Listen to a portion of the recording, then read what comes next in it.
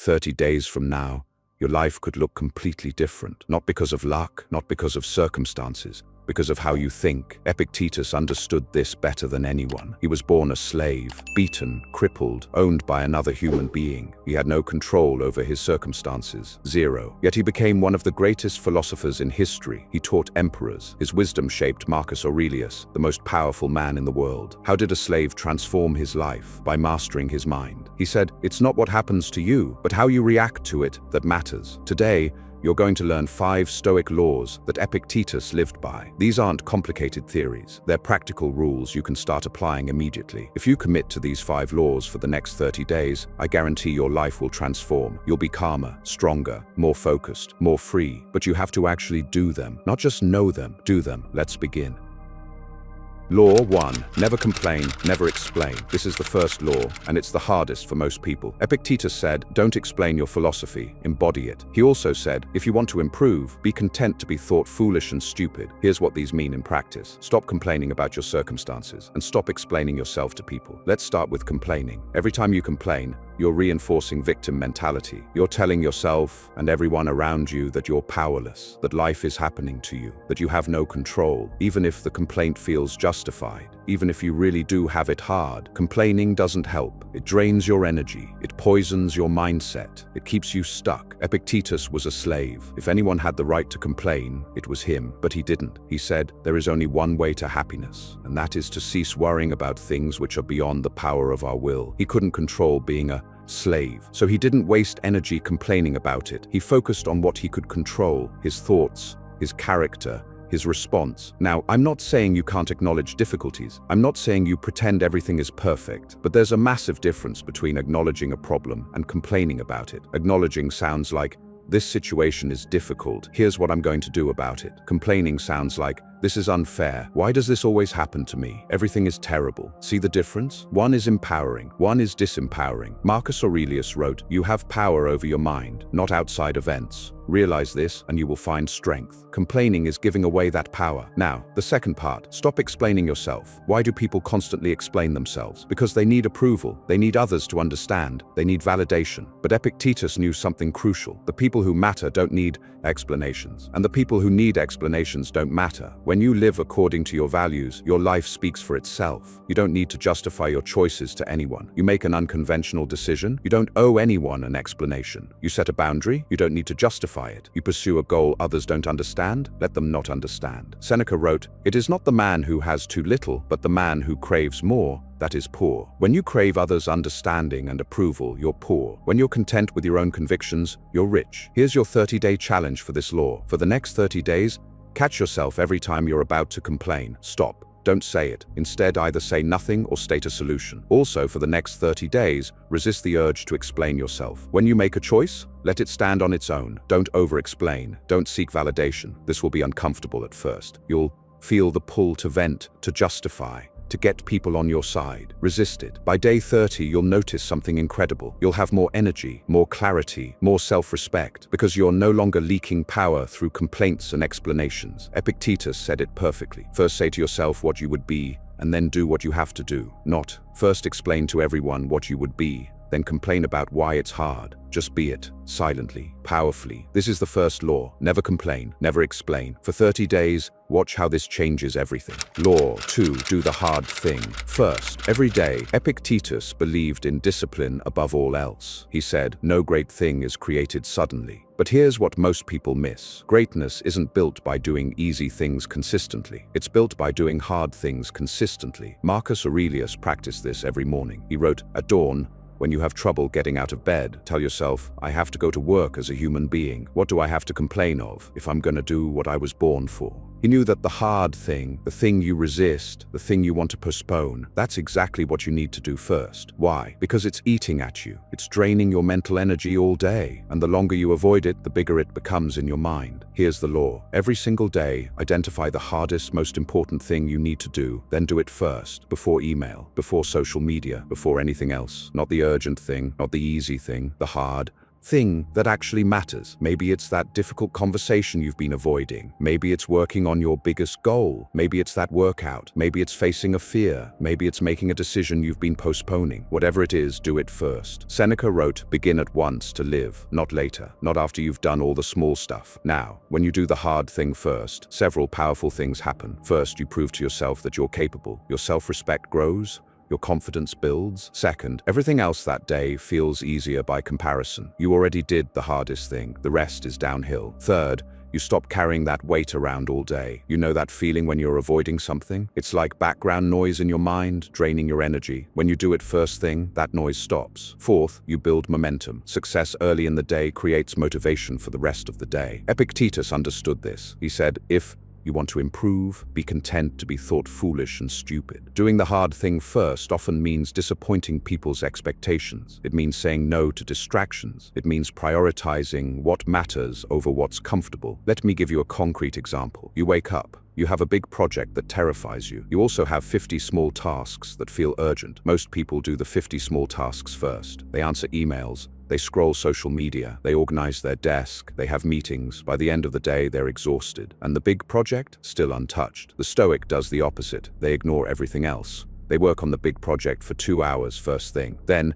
even if the rest of the day goes sideways, they made real progress on what actually matters. Marcus Aurelius ruled an empire. Imagine the number of urgent things demanding his attention. Yet he still found time to write philosophy, to train, to think. How? He prioritized the hard, important work first. He wrote, "You have power over your mind, not outside events. Realize this, and you will find strength." Choosing what to focus on first is power over your mind. Letting urgency dictate your day is giving away that power. Here's your 30-day challenge for this law. Every evening, identify the one hardest, most important thing for tomorrow. Write it down. Every morning, do that thing first, before anything else, even if it's just for 30 minutes. Even if you don't finish it, start with it. Do this for 30 days straight. No exceptions, no excuses. By day 30, you'll have made massive progress on things that matter, and you'll have built a discipline that most people never develop. Epictetus said, "Difficulties show us who we are. The hard thing you avoid every day, that's showing you who you are right now. But when you face it first thing every morning, that's showing you who you're becoming." This is the second law. Do the hard thing first, every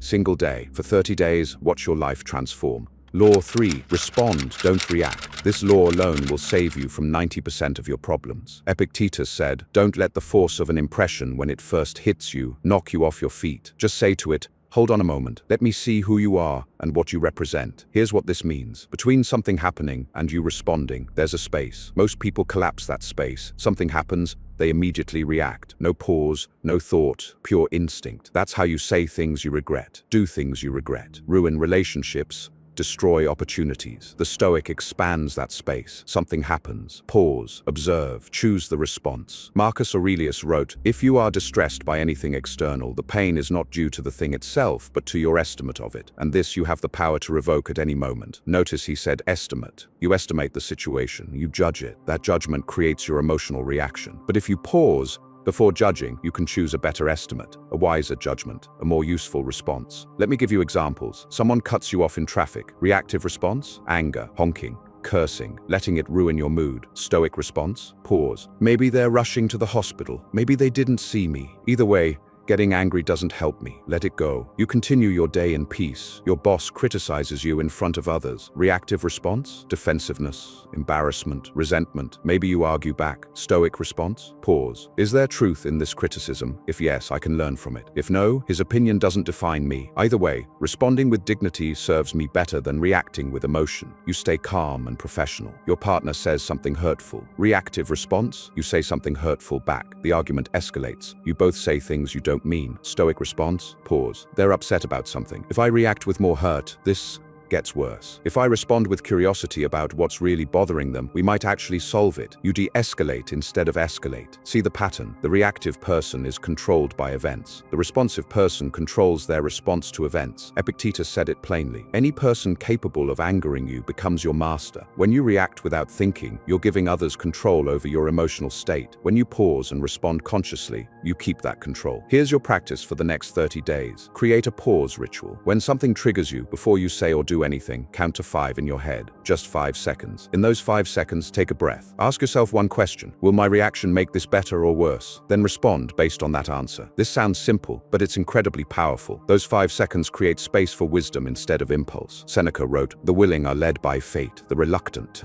dragged." When you react, you're being dragged. When you respond, you're being led. By day 30, this pause will become automatic. You'll find yourself naturally creating space before responding, and that space will save you from so much unnecessary suffering. This is the third law. Always respond, never react. For 30 days, practice the pause. Law 4. Measure your day by what you gave, not what you got. This law will completely shift how you experience life. Epictetus said, "Wealth consists not in having great possessions, but in having few wants." But it goes deeper than that. True wealth isn't about accumulating, it's about contributing. Marcus Aurelius wrote, "The fruit of this life is good character and acts for the common good." Not money, not status, not achievements. Character and contribution. Most people measure their day by what they got. Did I get recognition? Did I get money? Did I get respect? Did I get what I wanted? When you measure your day this way, you're always going to be disappointed because you can't control what you get. Other people decide that. Circumstances decide that. Luck decides that. But you can control what you give. Epictetus taught, "Some things are up to us and some are not up to us. What you receive is not up to you. What you give is completely up to you." Here's the shift. Instead of asking at the end of each day, "What did I get today?" Ask, "What did I give today? Did I give my best effort? Did I give kindness to someone who needed it? Did I give my time to something meaningful? Did I give value to others? Did I give my full presence to the people I was with?" When you measure your day by what you gave, every day can be successful because giving is within your control. Seneca wrote, "True happiness is to enjoy the present without anxious dependence upon the future." When you focus on giving, you're in the present, you're taking action, you're creating value. When you focus on getting, you're in the future. You're waiting, you're hoping, you're dependent on external outcomes. Let me show you how this changes your experience. You go to work focused on getting. I need to get that promotion. I need to get recognition. I need to get appreciation. You do good work, but your boss doesn't notice. You feel frustrated and unappreciated. You go to work focused on giving. I'm going to give my best work. I'm going to give value to my team. I'm going to give my full effort. You do good work. Your boss doesn't notice, but you still feel satisfied because you gave what you came to give. Same situation, completely different experience. Why? Different measurement. This applies to relationships too. You go into a conversation focused on getting. I need them to understand me. I need them to agree with me. I need them to validate me. The conversation doesn't go how you hoped. You feel disappointed. You go into the same conversation focused on giving. I'm going to give my honest thoughts. I'm going to give them my full attention. I'm going to give respect even if we disagree. Same outcome. But you feel good because you showed up how you wanted to show up. Marcus Aurelius understood this deeply. As emperor, he could have focused entirely on what he could take from his position. Instead, he focused on what he could give to his people. He wrote, "When you arise in the morning, think of what a privilege it is to be alive, to think, to enjoy, to love, a privilege, not a transaction, not something owed to you, a gift that you then give forward." Here's your 30-day practice. Every evening, write down 3 things you gave that day. Not what you got, what you gave. Maybe you gave excellent work. Maybe you gave patience to someone difficult. Maybe you gave time to a friend. Maybe you gave honesty when it was hard. Maybe you gave effort toward your goals. Write 3 things every single day. This trains your brain to look for opportunities to give instead of opportunities to get. By day 30, you'll notice something beautiful. You feel more fulfilled, more purposeful, more in control, because you're measuring yourself by what you can control. This is the 4th law. Measure your day by what you gave, not what you got. For 30 days, become a giver. Law 5. Embrace discomfort daily. This is the law that makes everything else possible. Epictetus said, "Difficulties show us who we are." He also said, "If you wish to be a philosopher, prepare yourself from the very beginning to be laughed at, to be mocked." Here's the truth. Comfort is the enemy of growth. When you're comfortable, you're stagnant. When you're uncomfortable, you're expanding. Marcus Aurelius knew this. He was emperor, but he still chose discomfort. He slept in military camps with his soldiers when he could have been in a palace. He practiced philosophy when he could have indulged. He questioned himself when he could have been arrogant. He wrote, "The cucumber is bitter, then throw it out. There are brambles in the path, then go around them. That's all you need to know." But he also wrote, "The impediment to action advances action. What stands in the way becomes the way." He embraced obstacles as training. Seneca took this even further. He was wealthy, but Periodically, he would live like a poor person. He'd sleep on a hard floor, eat simple food, wear rough clothes. Why? To prove to himself that he could handle hardship, to remove the fear of losing his wealth. He wrote, "Set aside a certain number of days during which you shall be content with the scantiest and cheapest fare," saying to yourself the while, "Is this the condition that I feared? This is the law. Every single day, choose one discomfort, not massive suffering, just something uncomfortable that makes you stronger. Take a cold shower, work out when you don't feel like it, have a difficult conversation, wake up an hour earlier, fast for a meal, sit in silence without your phone. Do the task you've been avoiding. The specific discomfort doesn't matter. What matters is the daily practice of choosing it. Why is this so powerful? First, it builds resilience. Every time you choose discomfort and survive it, you prove to yourself that you're strong, that you can handle hard things. Second, it removes fear. Most fear comes from avoiding discomfort. When you regularly practice discomfort,